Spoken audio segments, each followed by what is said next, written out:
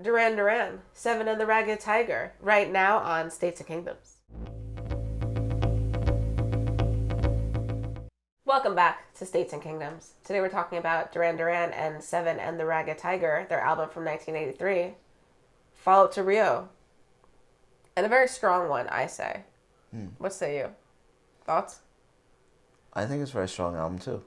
Yeah, I don't know why people think it's really not as good as Rio, where I think it's really very close to just as good. You know a lot of these songs, even if you haven't listened to the record, the Big hits. yeah. And I always thought, as a kid, hearing these, whether it was like wherever it was, roller skating rink, Hell just yeah. around wherever it was, I always did remember these songs, and it's like that's a great song, that's a great song, that's a great melody. Duran Duran always has a great way of, I'm going to say Simon Le Bon, of Like phrasing. of great phrasing, but also of doing something with the melody that you're always not expecting. It always goes somewhere that he takes it somewhere that's someone else wouldn't. Right, like a back alley. Great style, and it always impressed me even as a kid. It's true. I mean, I had no idea what I was thinking about. I mean, Yeah, it's a little moron. it's just an impression that it made on little old me. And and it's interesting, like years later you find out that critics kind of savaged this album, and it's not as good as Rio at all, and it's like, really? Yeah, I don't hear it. I'm kind of surprised. I thought this album sounded pretty good. I can hear obviously differences between Rio. It is more electronic. I don't know if I'd say It sounds like funky.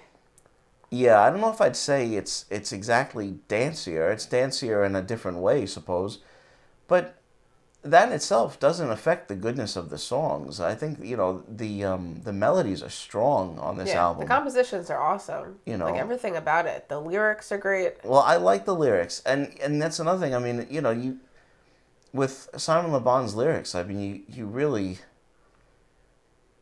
you have to kind of know who you're dealing with. He goes for the sound, and it's something actually quite unique, and so I find that very interesting. It's very daring. If you're writing a song and you put something in there that someone could think is silly or trivial or doesn't fit there, but you chose it for a particular sound that you're going for, something that you want, something you're conveying. Right. I don't know.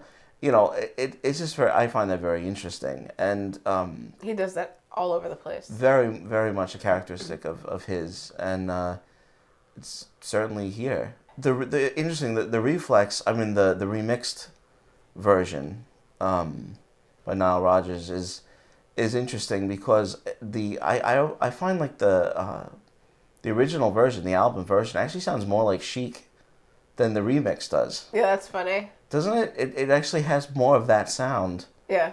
But I know the single version. The album version is fine, but the single version is such an awesome song, and it's fun with the iconic. The extra like flourishes. Yeah. It's a great song. Great way to open the album.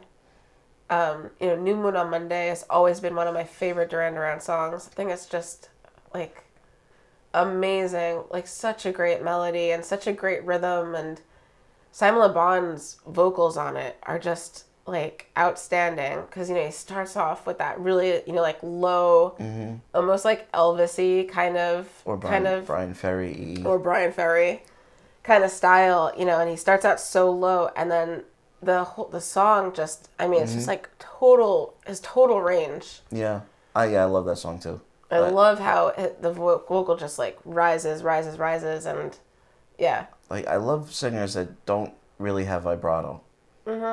Obviously that's a real Beach Boys thing.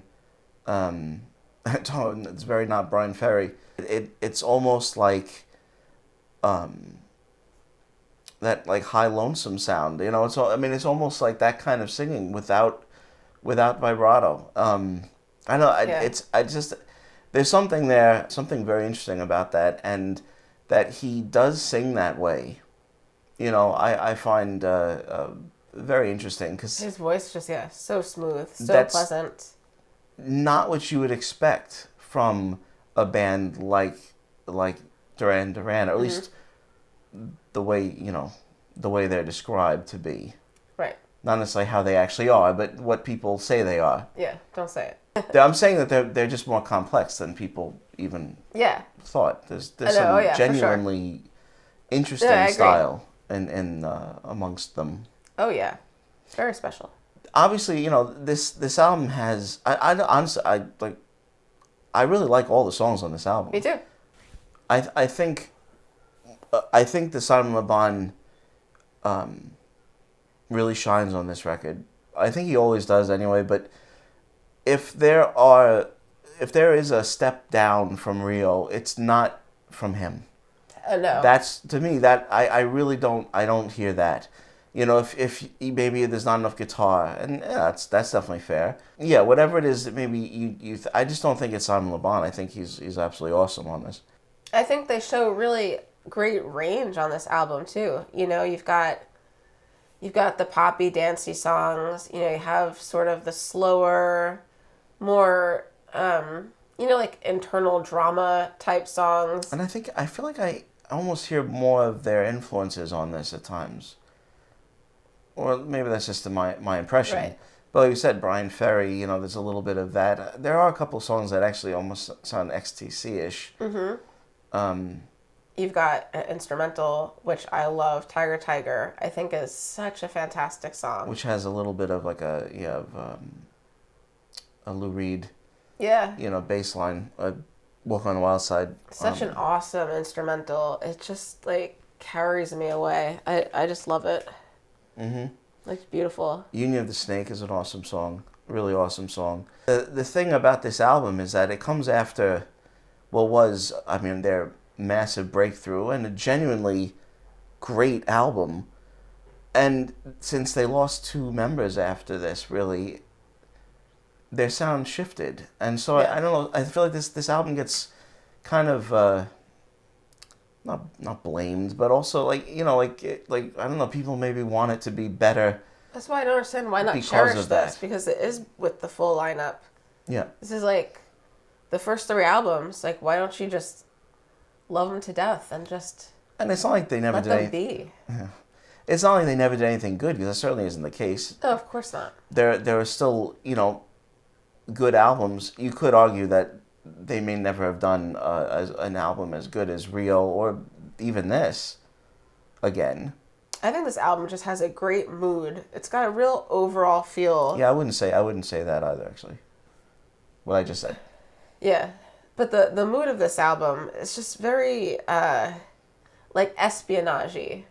Mm. You know, there's like I don't know, you know, maybe it's like of crime and passion, and you know, like I take the dice, I think of it, you know, it's like he's like gambly, and like, you know, there's like there's like some kind of battle going on. But it's all very like secret. That's what I say. Yeah. It's hard to get at exactly why critics, you know, can be so hard on some bands, and really they didn't really give Duran Duran benefit of any doubt. They're too pretty.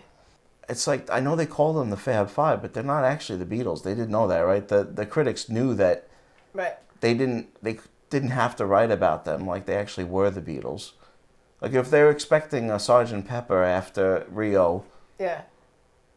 Well, they look stupid. No, I'm just saying, I don't know why the critics were so hard on them. It's very strange. I don't know either. This is such enjoyable music, and it's not without substance either. It's not just, they keep saying it's just like it's just very dance music. It's dance music. Well, it's but there's dancey, so much sure, more but to it. there is more to it. And like we've said before, rock and roll is, you know, at its core dance music. It's supposed to be rhythmic and catchy and make you want to dance. I don't know why Duran Duran had it so rough. I mean, for such a massively successful band, I feel like they were relegated to like guilty pleasure status by a lot of people, and even critics. I got the sense from just different things that I've read that, you know, you can say like, oh yeah, I love Duran Duran, but it's kind of like, you didn't expect me to like them, did you? Because like they're not really an important band, but yeah, like I dig them. Yeah. And a lot of bands get treated like that, but Duran Duran might be, one of the biggest. Well, at least they made some money, so Yeah. they can laugh it off a little Yeah. bit more than some other bands. No, I think that's true. I think that's true, and they do get treated like that. And there are, well, one, I mean, John Taylor is a great bass player.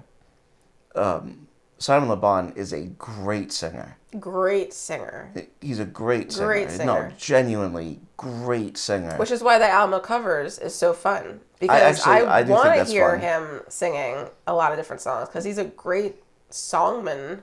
Well, not to talk about Brian Ferry again, but I mean, it's Same. kind of like they're both such great stylists. They really could. I just could listen to them sing. Yeah, they just put over songs so well. So, this album has such great melodies. His singing is so fantastic. Mm-hmm.